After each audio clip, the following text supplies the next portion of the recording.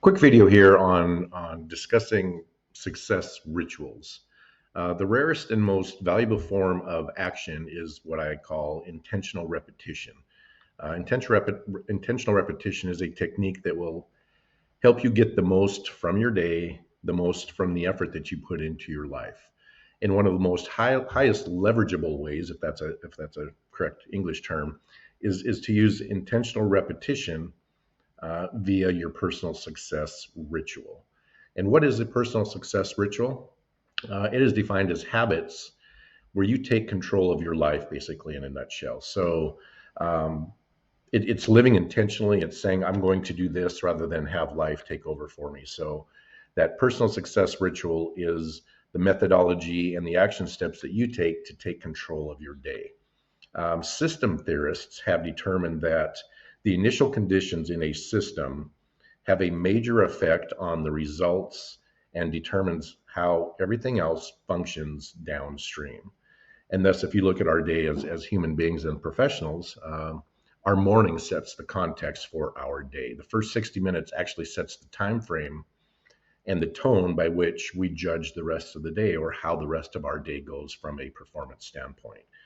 If you set the correct context in the morning, you'll have a great day. If you have a great day, then you set the context for a great week. If you have a great week, then you set the context for a great month, et cetera, et cetera. So you build this snowball effect of performance and high um, actionable items that, again, you take intentional control over your life. So um, let's look at the alternative of the morning. So let's say we have our alarm goes off, we hit the snooze button once or twice. Now then at the last minute we jump out of bed, we shower, we shave, whatever we do, put our makeup on. Hopefully don't do both. Um, and we skip breakfast. We eat something speedy. If it's unhealthy, we rush to work, we rush to log in, and all of a sudden we find ourselves bombarded with emails. We're not prepared for the day. Then we're behind for the day, which actually puts us behind for the week, et cetera, et cetera. So we have this reverse snowball effect. The day goes on with the same tone until we return to bed at night. So that directly affects our inner game, and our inner game is how we feel about ourselves.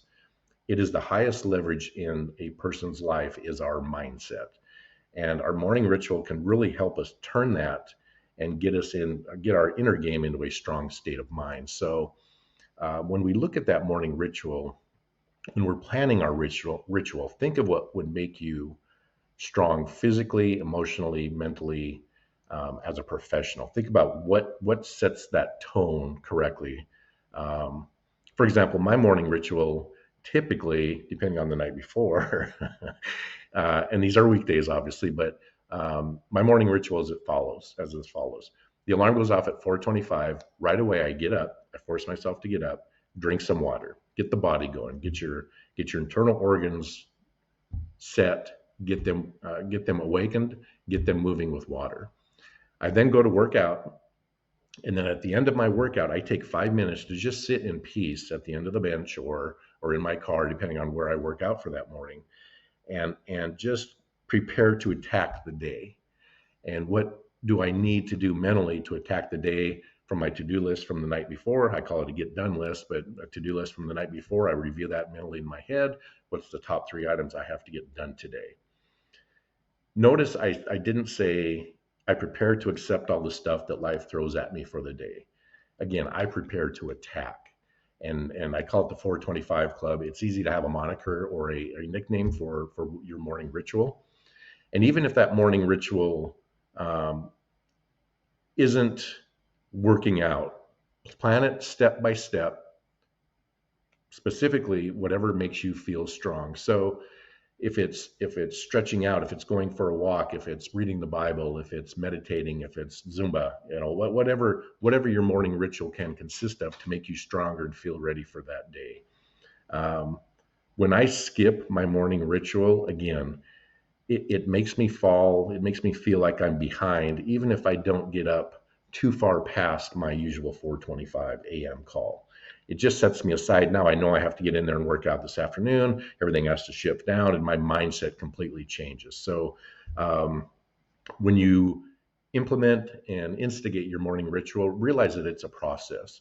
So from getting up at 6 o'clock to putting in the 425 club, it took me 3 weeks for my body, as old as I am, for my body to adjust and say, okay, I'm not tired. I got to eat more, maybe a little caffeine somewhere, which I know I'm a coach, I'm not a nutritionist, but it took me a while to get into that rhythm. But once you're in that rhythm, it's really good. Your body adjusts, and then you feel as if, or at least I felt, as if I'm ready to attack rather than to catch these passes in this meteor shower that us professionals live in every day.